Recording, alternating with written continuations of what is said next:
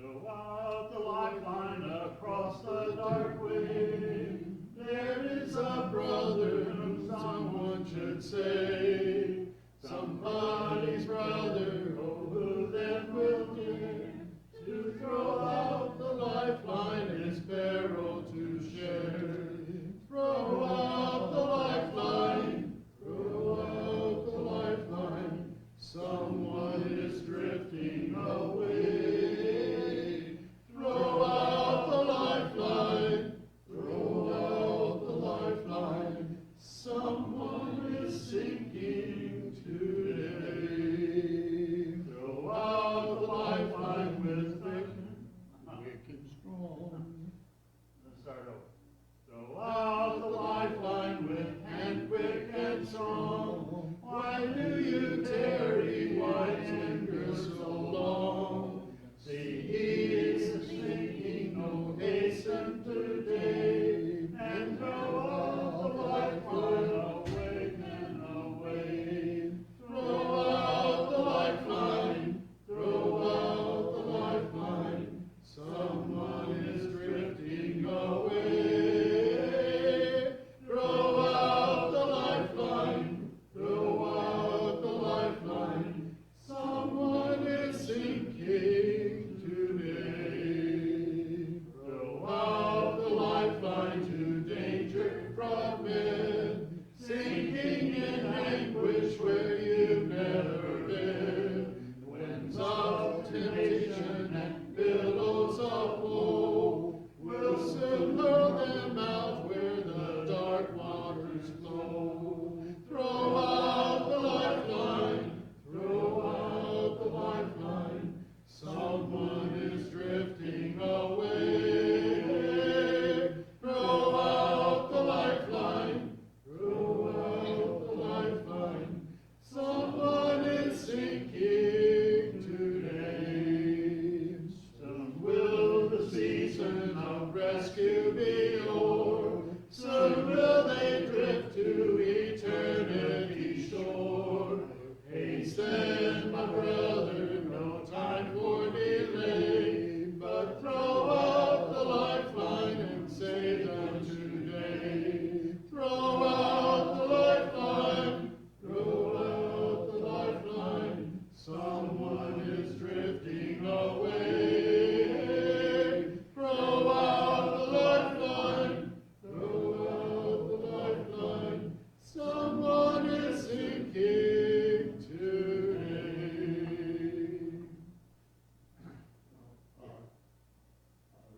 I already forgot the names again. Their name, Sonny and Joy Girdley. Joy. Heavenly Father, we're so thankful that we can come to you in prayer. We pray especially now, Heavenly Father, for Sonny and Joy Girdley. We pray, Heavenly Father, that you be with the doctors and with the men. And we pray, Heavenly Father, that if we thy will, they be able to regain their health. We know, Heavenly Father, that they love you and they're good servants. We pray, Heavenly Father, that you'd also be with my grandson and lost his job here in this pandemic. We pray that he might be able to find another job soon where he doesn't have to move and anything.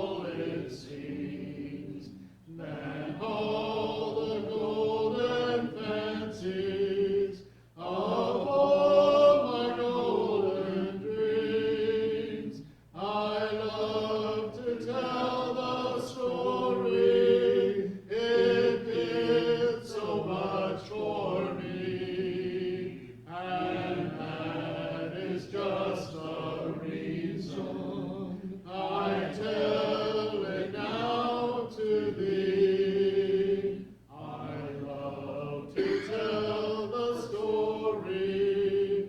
'Twill be my theme in glory to tell the old story of Jesus and his love. I love to tell the story. 'Tis pleasant to repeat what seems each time I tell it more wonderfully sweet. I love to tell the story, for some have never heard the message of salvation from God's own holy word. I love to tell the story. 'Twill be my name and glory to tell the old story of Jesus and his love. I love to tell the story for those who know it best. Seems hungering and thirsty to hear it like the rest. And when it sings of glory, I sing the new song. 'Twill be the old story that I have loved so long. I love to tell the story. 'Twill be my theme in glory to tell the old story of Jesus and his love. 264. 264.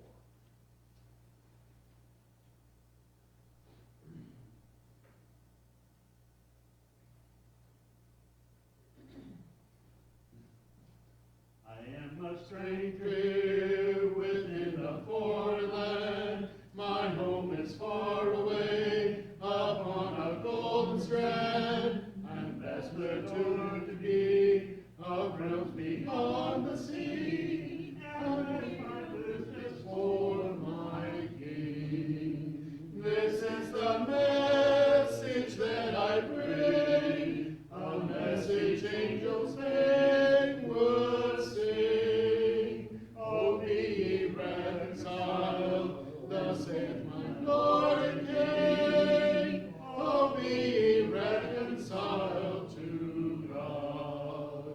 This is the King's command, that all men everywhere repent and turn away from sins in darkness near, that all who will obey with him shall reign forever. And that's my business for my King. This is a message that I bring, a message angels fain would sing. Oh, be reconciled, thus saith my Lord and King. Oh, be reconciled to God.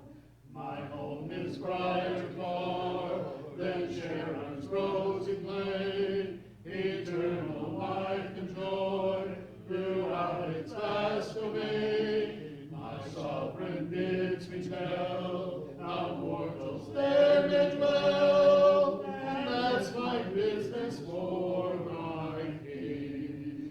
This is the message that I bring, a message angels fain would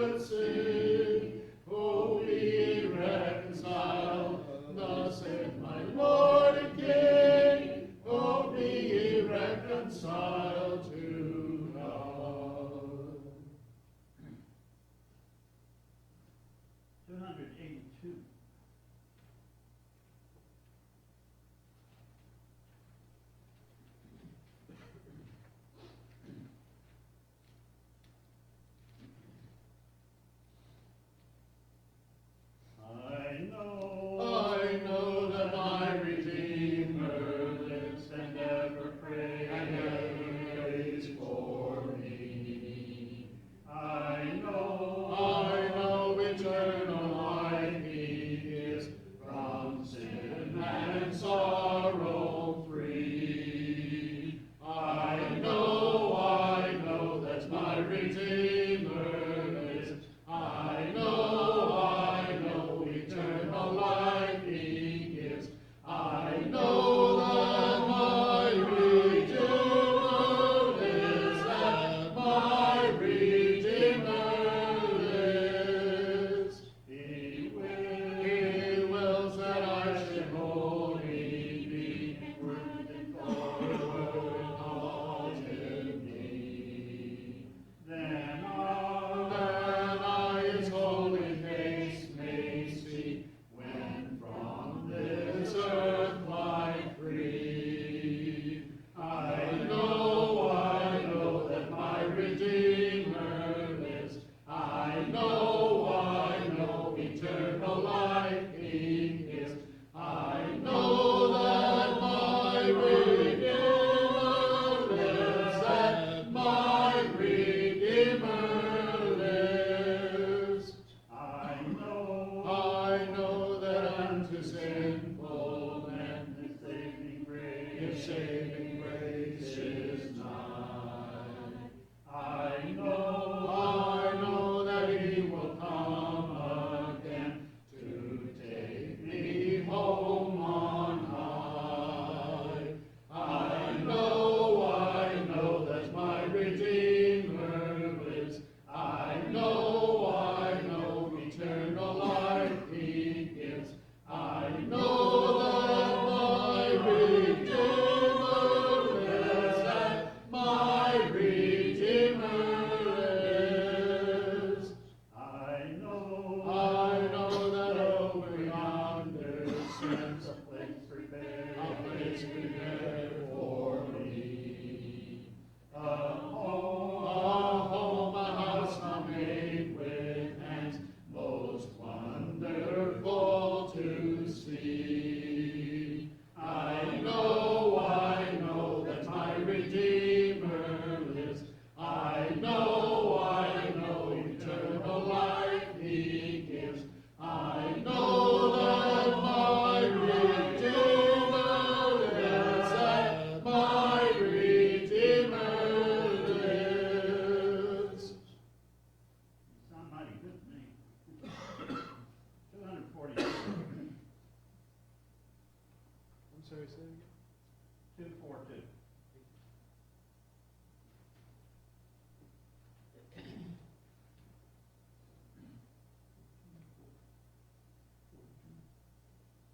How beautiful heaven must be.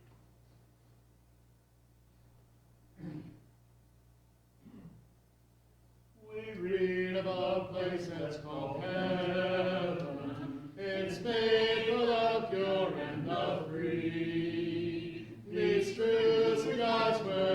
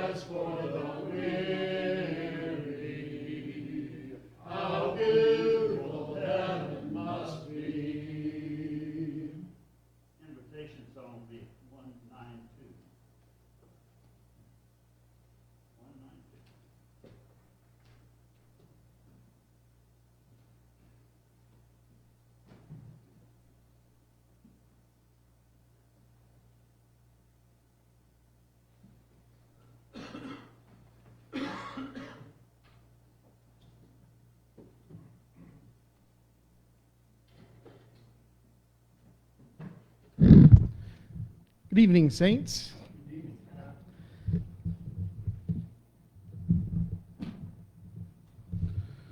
All right, so I will not be here for the next 2 Sunday evenings. I will not be here for the next 3 Sunday mornings.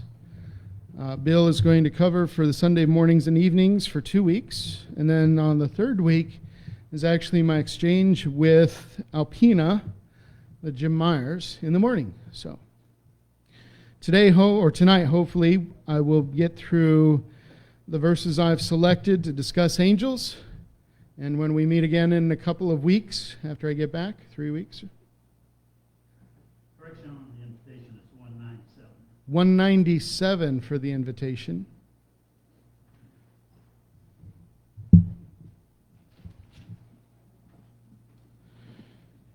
I better correct that too, huh?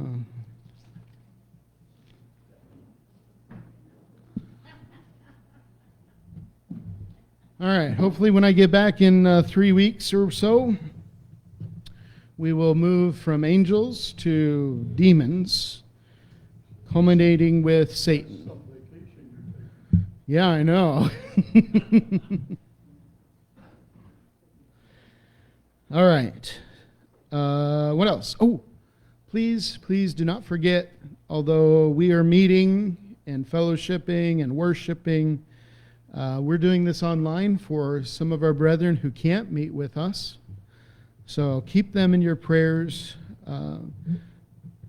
It's easy for us because we get to be together. They're still at home.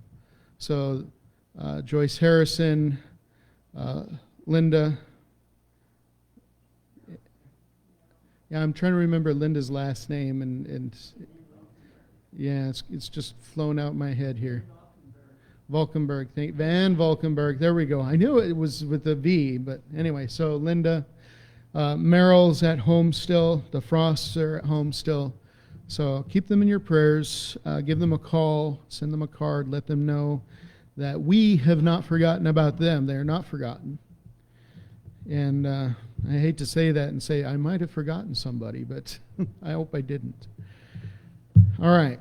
Angels. We're in the epistles. Again, I've got some verses selected. Hopefully we can just fly through these. Some of these are, it's like a no-brainer, duh. We take these things for granted for some of them. And then others are kind of like, well, I never saw that before. I never understood that before. And unfortunately, for us, fortunately, we've not run into this problem. But I know that there's a portion of people in our society who have. And that's in Galatians chapter 1 and verse 8. We've kind of alluded to it or spoken of it briefly, but we've not actually been to those verses. So turn over to Galatians chapter 1. Starting in verse 6, Paul writes this to the churches of Galatia. He says, I am astonished that you are so quickly deserting him who called you in the grace of Christ and are turning to a different gospel. Not that there is another one, but there are some who trouble you and want to distort the gospel of Christ. But even if we or an angel from heaven should preach to you a gospel contrary to the one we preached to you, let him be accursed, as we have said before, so now I say again. If anyone is preaching to you a gospel contrary to the one you received, let him be accursed. We live in a time where a message from angels is not to be questioned. And even in Paul's day, if you recall, the Pharisees who acknowledge angels, when Paul gave the message, the Pharisees in his day said, maybe an angel has spoken to him, and they could not question his message simply because it could have come from an angel. Now, the Sadducees deny that there's angels, and they're like, this guy is completely off his rocker. Both of them are wrong, of course. But the point is that Paul gives us here in the letter to the Galatian churches is this. How many gospels are there? There's one. He says there's not another gospel. And when he uses the term another, it's of the same kind. There, as an example, most of us arrived here at the building in some sort of conveyance, a vehicle, car, truck, van, minivan, something like that. They're all vehicles, they're all cars, they're all automobiles. We use those different terms. All those words do mean something different, by the way. But when Paul uses the term here, there's not another one, verse 7. That means there's nothing like it. There's only one. It is a unique thing. There's nothing similar. There's nothing that's kind of the same but a little different. It's not a different shape. It's not a different color. There's one. There's only one. Not two, not three, not 20 million. There's only one gospel. And the problem is, of course, that even in Paul's day, and remember, Galatians was one of the first books written in the New Testament. In Paul's day, there were people who were taking the gospel, and what does he say they were doing with it? They were perverting it, they were distorting it, they were spreading it and troubling the Christians. And Paul says in verse 6, I'm astonished that you are so quickly deserting him who called you in the grace of Christ and turning to a different gospel, not that there's another one. And so anytime somebody comes out, and again, this 2 weeks ago, I ran into a gentleman on the internet who said, God's spoken to me, revealed this special message, and blah, blah, blah. He was just carrying on. And the question arises, of course, what have Christians been doing for the last 2,000 years without this message? Were they saved or not? If they were, then they don't need your message, do they? If your message is the same as what's in the epistles or in the New Testament, then you haven't been given a new revelation, then have you? The reality is, Christianity is based on the first gospel message proclaimed, the first message of good news, of freedom from sin, death, and hell through the resurrected Christ. And go back to Acts chapter 2 to see that first sermon preached on Pentecost. And every message that follows through our New Testament is the same. Delivery style's different. Sometimes the information might be a little bit different, but the truth is still the same, and it still holds true to this day. It hasn't changed, it hasn't been modified, because if it has, what does Paul tell us happens? What happens at the end of verse 8? What happens as he repeats himself in verse 9? If somebody's got a different gospel, what? They're eternally accursed. Anathema, they are condemned to hell forever. And they're condemned to, if those preaching are condemned to hell, what do you think happens to those who follow him? Same thing. So, angels do not have the authority to change the gospel. And as I started off, remember, people today, and even in Paul's day, if a message came from an angel, it's not to be questioned. That's not true. That's not true at all. All right, that's Galatians 1. Questions? Flip over to Colossians 2. Colossians 2. We've looked at this again before in the book of Revelation, but it's here in Colossians as well. Jump down to verse 16 of Colossians 2. Look at what Paul writes here to the church at Colossae. Therefore, let no one pass judgment on you in questions of food and drink, or with regard to a festival, or new moon, or a Sabbath. These are a shadow of the things to come, but the substance belongs to Christ. Let no one disqualify you, insisting on asceticism and worship of angels, going on in details about visions, puffed up without reason by a sensuous mind, and not holding fast to the head, from whom the whole body, nourished and knit together through its joints and ligaments, grows with a growth that is from God.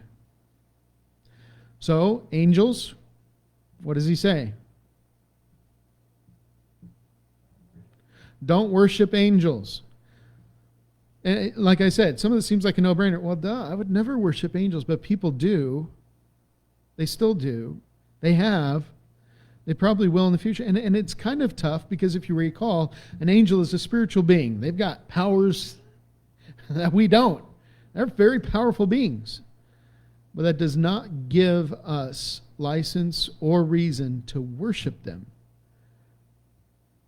And notice how important it is in these verses. Because in verse 18, what happens if we do worship angels?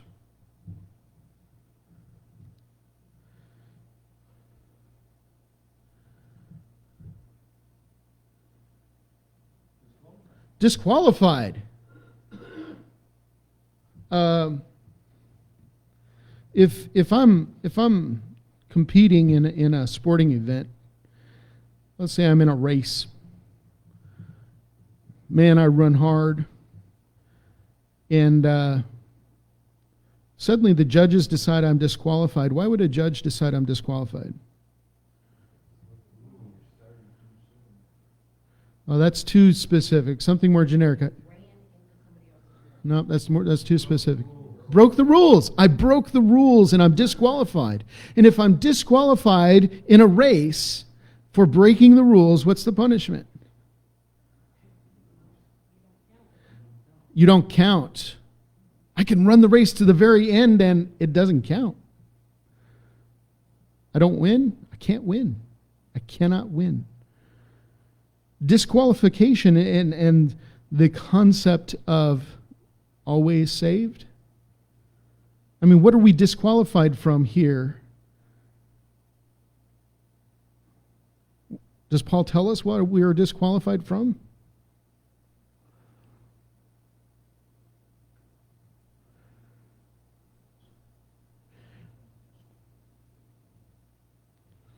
Let no one disqualify you, insisting on asceticism and worship of angels, going on in detail about visions, puffed up without reason by a sensuous mind, and not holding fast to the head.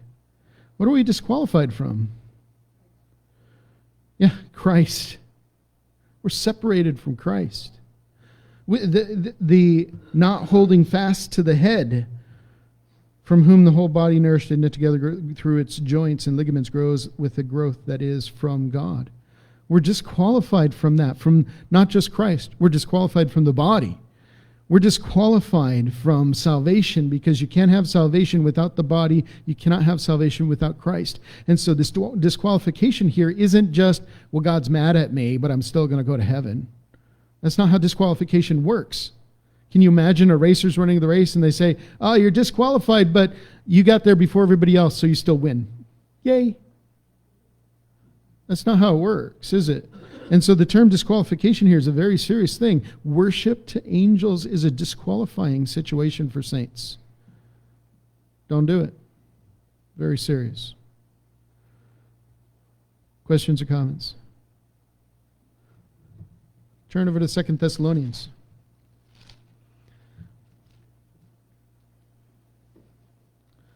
2 Thessalonians chapter 1. Most people know this concept or idea. They probably, unless they've read the New Testament, they don't know the verse, but we're familiar with the concept or idea.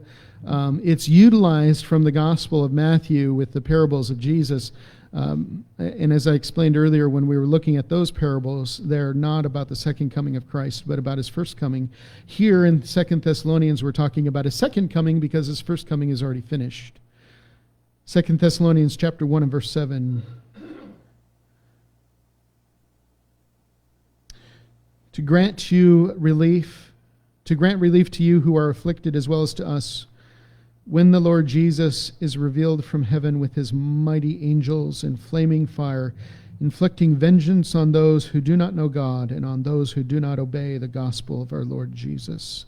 They will suffer the punishment of eternal destruction away from the presence of the Lord and from the glory of his might when he comes on that day to be glorified in his saints and to be marveled at among all who have believed, because our testimony to you was believed.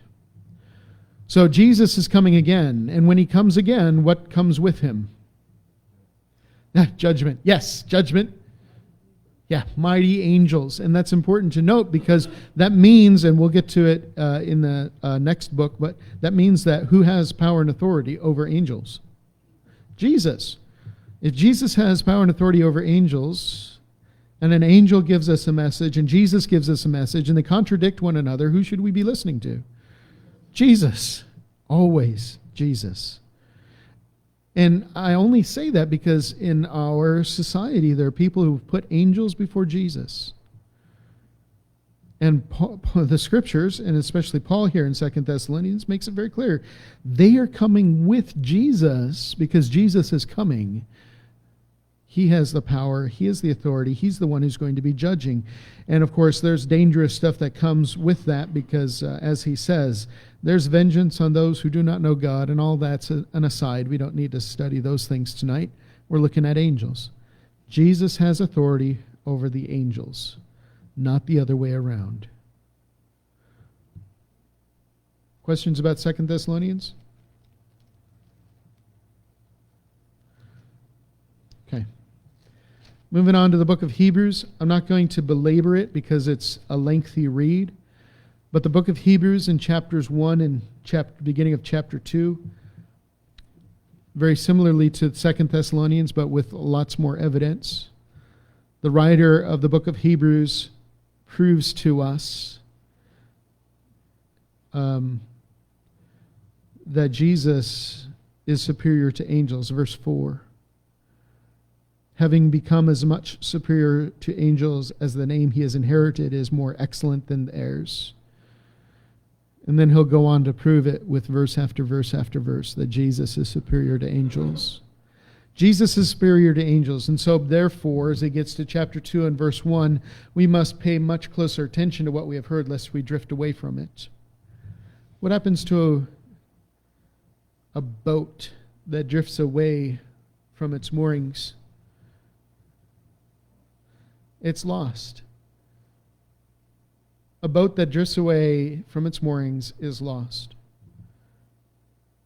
For some reason, when it comes to Christendom, though, there are some people that seem to believe that we can drift away and still be saved.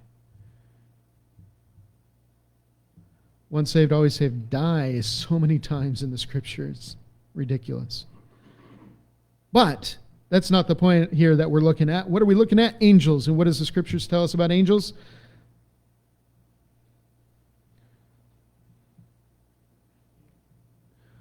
I'm sorry?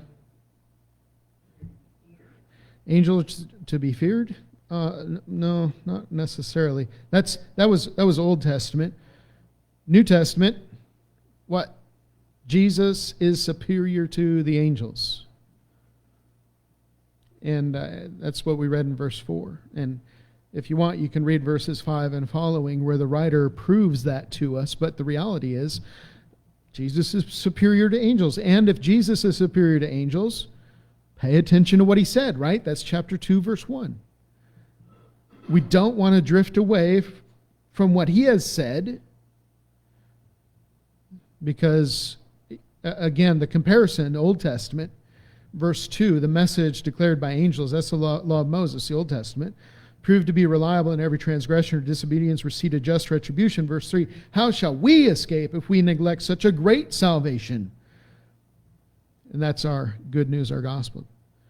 So we can't. There is no escape if we neglect it. There's only judgment and punishment if we neglect it, if we drift away from what was declared. So, who do we listen to? Answer, Jesus. Is Jesus superior to angels? Answer, yes, he is. Even if an angel gives a contradictory message, who do we listen to? Answer, Jesus. Angels are important. They have important business, but they are subservient to Jesus. All right. Any questions about Hebrews? I'm kind of pushing it a little bit because I want to get through all these verses. All right. 1 Peter. This one gets a little bit confusing for us. 1 Peter chapter 1.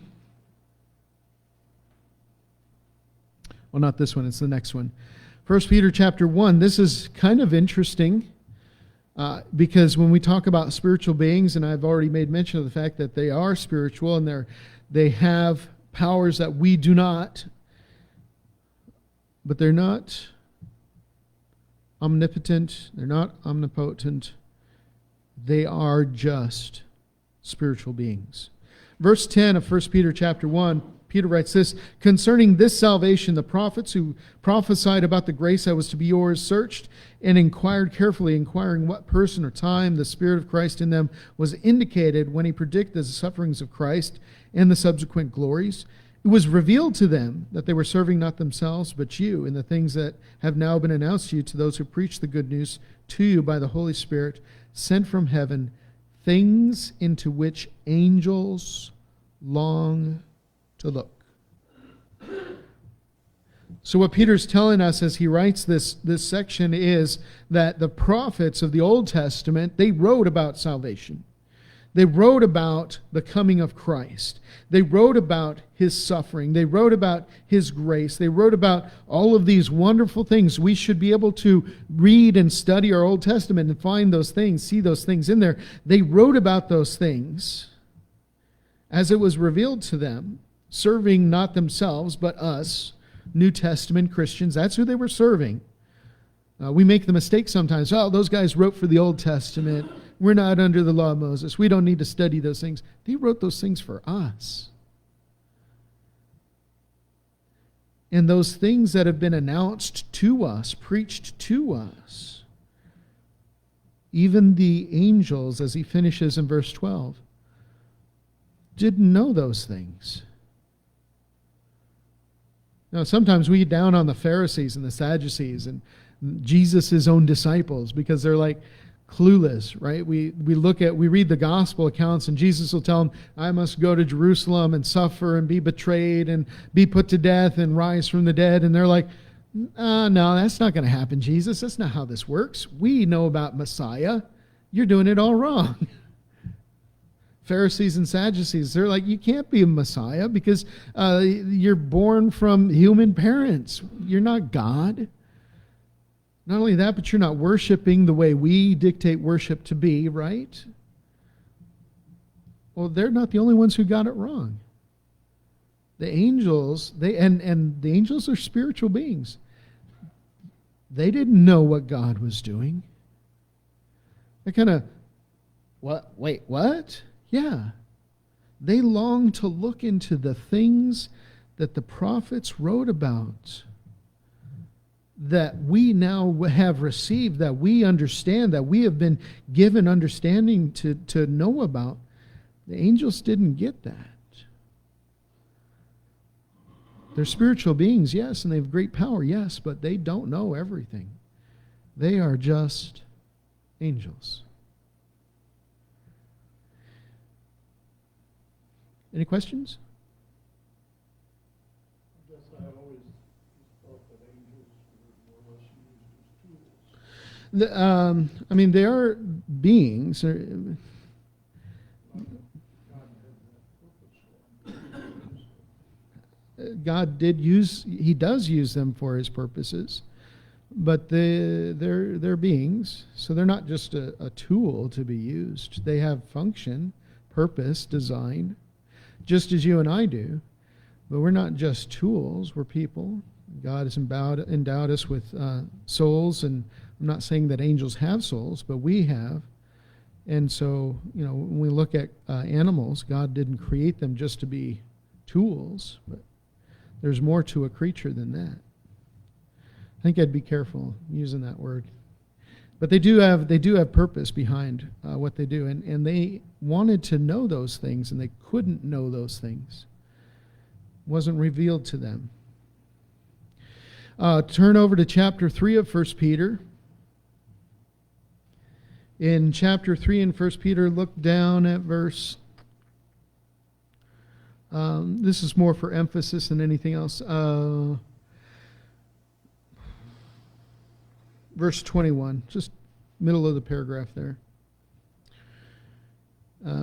Paul's writing about how people in Noah's day were saved through their baptism. Verse 21, he says, baptism which corresponds to this now saves you, not as a removal of dirt from the body, but as an appeal to God for a good conscience through the resurrection of Jesus Christ, who has gone into heaven and is at the right hand of God with angels, authorities, and powers having been subjected to him.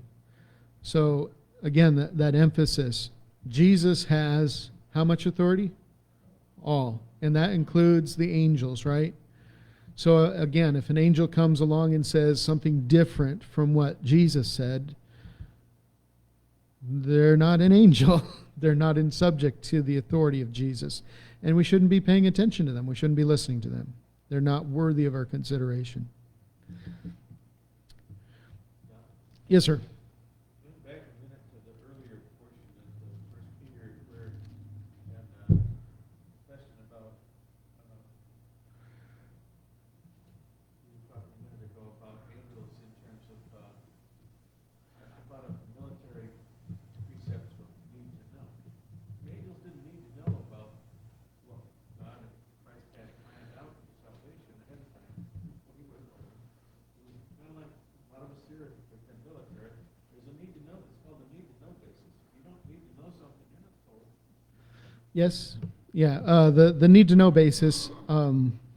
I think what Gentry was pointing out, and you're right, they don't need to know those things. My point was that they don't know those things. We look at angels and we think they know everything, and they don't. Gentry's point was, well, it sounds like they have more to them than just God says go and they go, because they have a desire to know those things. So when the military says, well, you don't need to know that, that doesn't mean, well, I better shut down my questioning mind. I don't need to ask those questions, my goodness. Usually when somebody says, I don't need to know that, that usually causes me to go, oh, maybe I do need to know more about that. I wouldn't have made a good military person. But you're right. Concerning God and his plans, there is a lot of need to know basis, and the angels didn't need to know those things, and so God didn't reveal it to them. Yeah. Oh, yeah. We'll get to that one here in a moment because we're going over to 2 Peter. Mike said angels need to stay in their own pay grade. Flip over to 2 Peter chapter 2 and look at what happens here in chapter 2.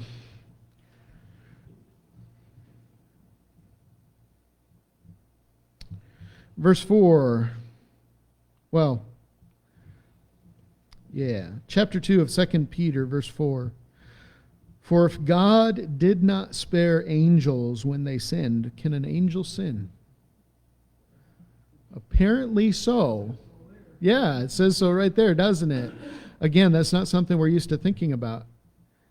For if God did not spare angels when they sinned, but cast them into hell, Tartarus, and committed them to chains of gloomy darkness to be kept until the judgment, if he did not spare the ancient world, but preserved Noah, and on he goes. But what we see here about angels, because that's our focus, they sin, right? Who has the power over angels? Yeah, not Christ, but God. But yes, other places we saw Christ, right? Here, these verses, it's God. God has power over the angels when they sinned. And so what's a definition of sin? Because we just throw that word around. What would be a definition of sin? Okay, missing the mark, disobedience, lawlessness. Okay, so they didn't do what they were supposed to be doing. They failed in their task. They were disobedient or lawless. And so God didn't, and this is very important, God didn't say, well, you guys are angels, so that's okay. What did he do with them? He cast them into Tartarus, into hell. Yeah, he committed them to chains of gloomy darkness to be kept until the judgment. Angels do have free will. Yes, they do. And so as Gentry said, I always thought of them as a tool. Tools don't do what they want to do. Tools only do what you tell them to do. So, yeah. And, of course, there's punishment. They have an eternal existence, so they're there until the day of judgment. Don't want to be them. Jump over to, and of course, recognizing, oh shoot. That was the purpose of Tartarus. I mean, God didn't create hell for mankind. He made it for angels. Look over to the end of verse 10 of chapter 2 there. He says, he's talking about false teachers. He says, bold and willful, they do not tremble as they blaspheme the glorious ones, whereas angels, though greater in might and power, do not pronounce a blasphemous judgment against them before the Lord. But these, like irrational animals, creatures of instinct, born to be caught and destroyed, blaspheme about matters of which they are ignorant, will also be destroyed in their destruction. And so it's kind of interesting because back in verse 4, he talks about disobedient, sinning angels, and what was their destination? They ended up in hell. And then we get over here to verse 10 and 11, and he says, bold and willful, speaking of false teachers, he says, they do not tremble as they blaspheme the glorious ones, whereas the angels, though greater in might and power, do not pronounce a blasphemous judgment against them before the Lord. These false teachers are doing something that even angels will not do. And if angels sin and they're sent to Tartarus, what do you think happens to those who will do something even greater or more sinful, if that could be used the phrase, than the angels? What do you think happens to them? And he's talking about people that are in the church, by the way. He's not talking about just men on the street. He's talking about false prophets and false teachers, chapter 2 and verse 1. In the church. Just because they're in the church, just because they're a teacher, just because they went to a school of divinity, just because they got letters after their name, just because they preach for years and years and years, just because they got so many people listening to them, just because they have a television or a radio ministry, just because does not change the reality that there are false prophets and false teachers. And they will do worse than angels. But that's not about angels. That's about false teachers and prophets. So, angels, though, they have great power. Just because they're mighty, they will not pronounce a blasphemous judgment against the glorious ones. What's the glorious ones? That's a strange phrase. Who would be the glorious ones? Yeah, God, Jesus, Holy Spirit, all that. Other spiritual beings. We need to make sure that we don't follow those teachers. But angels are at least smart enough to not do that. I'm sure humanity's more recent history has revealed that we are capable of just about any despicable action or practice. Questions about 2 Peter, chapter 2.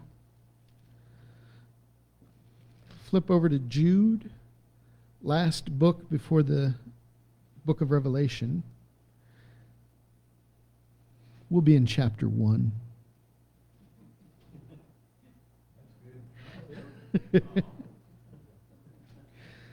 There's only one chapter in Jude for those who don't know. Look down at verse 5 of Jude.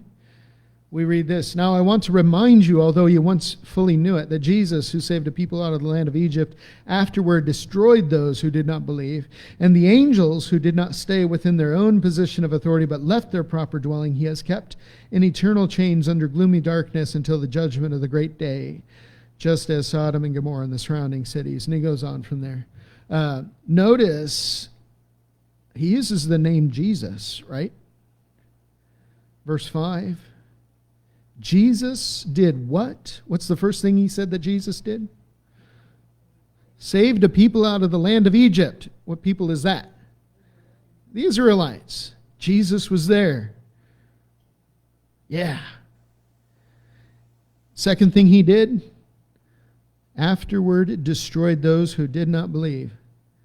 Jesus destroyed those who did not believe.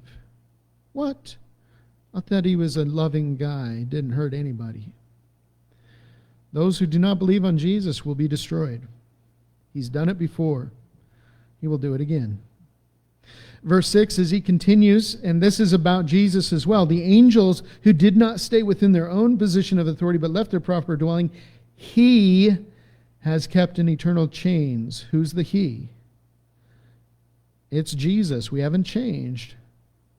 The antecedent requires that this means Jesus has authority over angels, power over angels, even those who sin. And go back and read the gospel accounts, and we'll get into demons when I come back.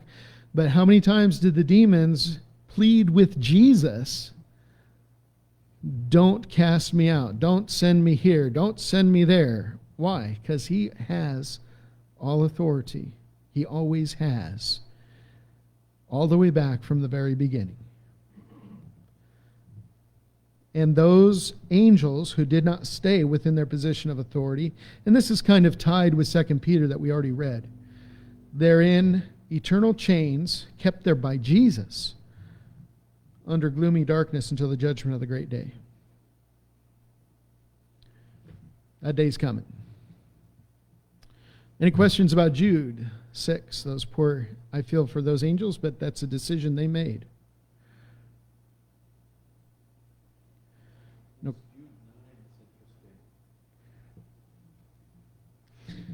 Yeah, we're not talking about the devil, but yes, Jude 9. When the archangel Michael, contending with the devil, was disputing about the body of Moses, he did not presume to pronounce a blasphemous judgment, but said, "The Lord rebuke you," but these people blaspheme all that they do not understand. And again, if you go back and look at 2 Peter, the language is very similar about how he writes about how angels will not blaspheme the glorious ones, but the false teachers do. Michael won't. False teachers do. It's the same idea. All right. Any other questions about Jude? I'm not going to cover all of the angels in Revelation, mostly because most of them are symbolic in nature. And if you're going to deal with the symbolism of the angels in Revelation, you're going to have to do a full study of the whole book of Revelation. I don't want to take the time to do that now. We've done it in the past. We will do it again in the future, but I don't want to get into that now. So we looked at a few of them, namely when John worships the angels, and what is he told? Don't do it. Twice he does that. Don't do it, right? Don't worship angels. We saw that in other texts here that we've read tonight. I'm not going to cover all of the angels in Revelation. Like I said, most of them are a symbolic angel. They're not reality, and so I don't want to cover a lot of that. Look, I managed to cover all my material tonight. All right. I got 5 minutes. No one needs the Lord's Supper, right? Excellent. All right, when I come back, we'll move into demons. We'll talk about demons. And then once we've exhausted demons, then we'll talk about the leader of the demons. We'll talk about Satan. And I hope you're looking forward to that. Bill's got 2 Sunday nights. I don't know what he's teaching. I'm looking forward to watching him on the internet. Hopefully we'll have that up and running. And I can join you guys that way, maybe, Lord willing. But that'll be our study of the angels. I hope I've answered all of your questions about angels, and if I haven't, you'll have to see somebody else.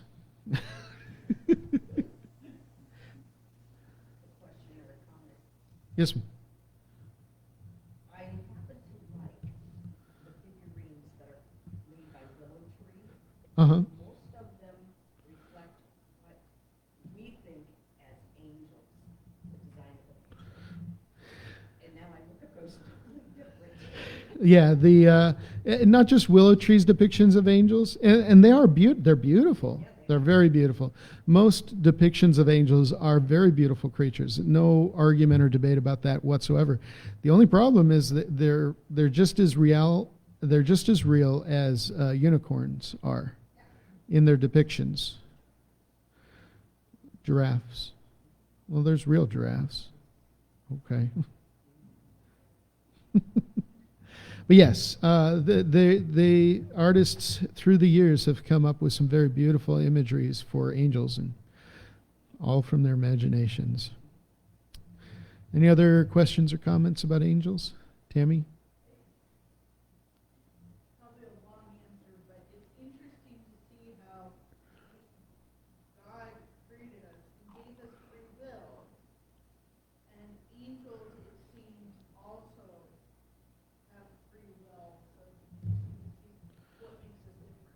Yeah, I think that goes back to what Gentry said. I always thought of them as just tools. You're right. Angels have free will as well.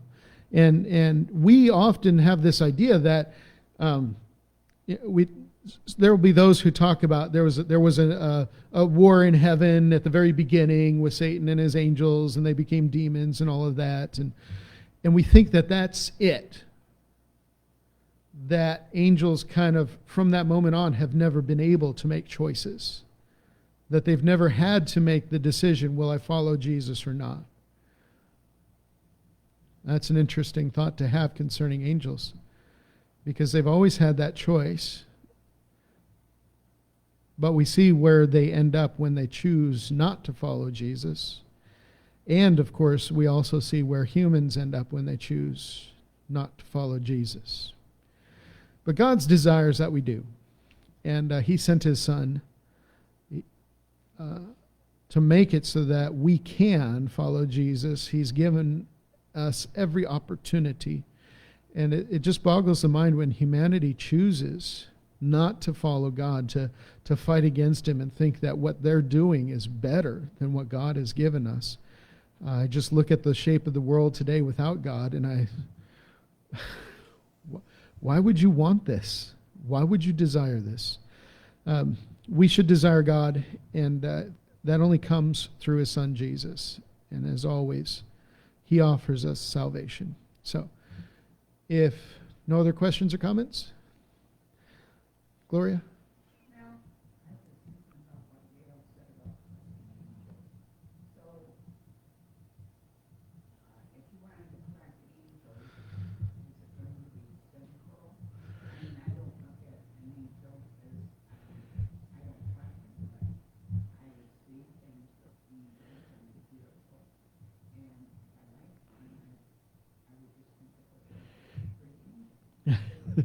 Well, now, just for clarity, let me say it this way.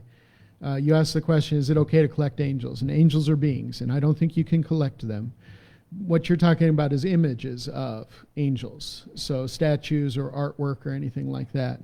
And I didn't see anything in there that said so, that having those things was wrong or sinful in that regard.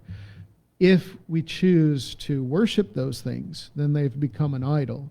If we choose to listen to those things or heed those things, then they've supplanted the authority of Christ. That's where the sin enters in. But if you want to collect willow tree figurines, by all means, they're beautiful. Collect them. They come from the art and imagination of man, and those are given to us by God. But when we sit down and we say, this angel has given me a message, or this angel is something that I need to worship, or this angel has saved me, you've gone from truth and reality into falsehood and deception.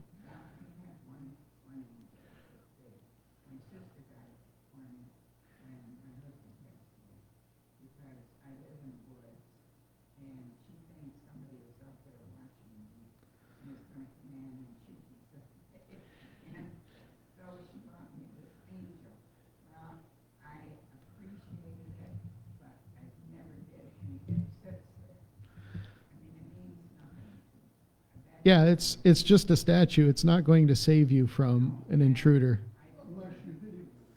Yeah, unless you hit him with it. But there's nothing wrong with having that there. You do have to consider, and this gets into other studies, you do have to consider what your sister believes about angels and whether you want to encourage her in that belief system. And that's a different study altogether.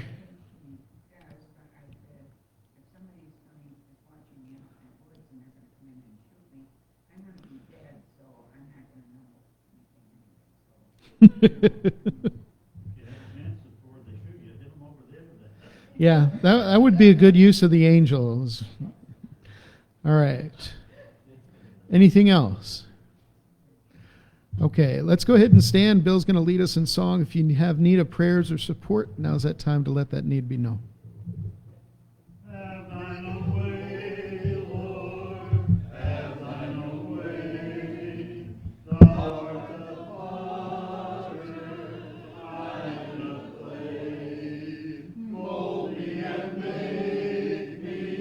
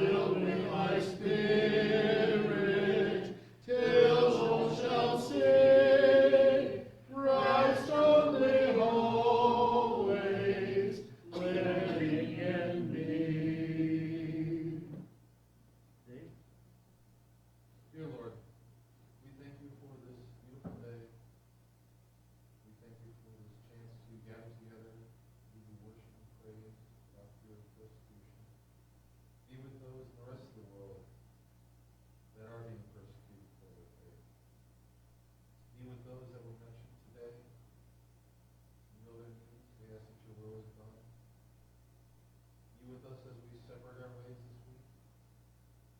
Help us to show the world your love.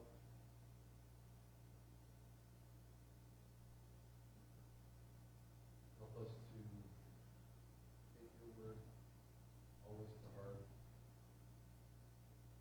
Thank you for your Son and his sacrifice, his willing and loving sacrifice for us.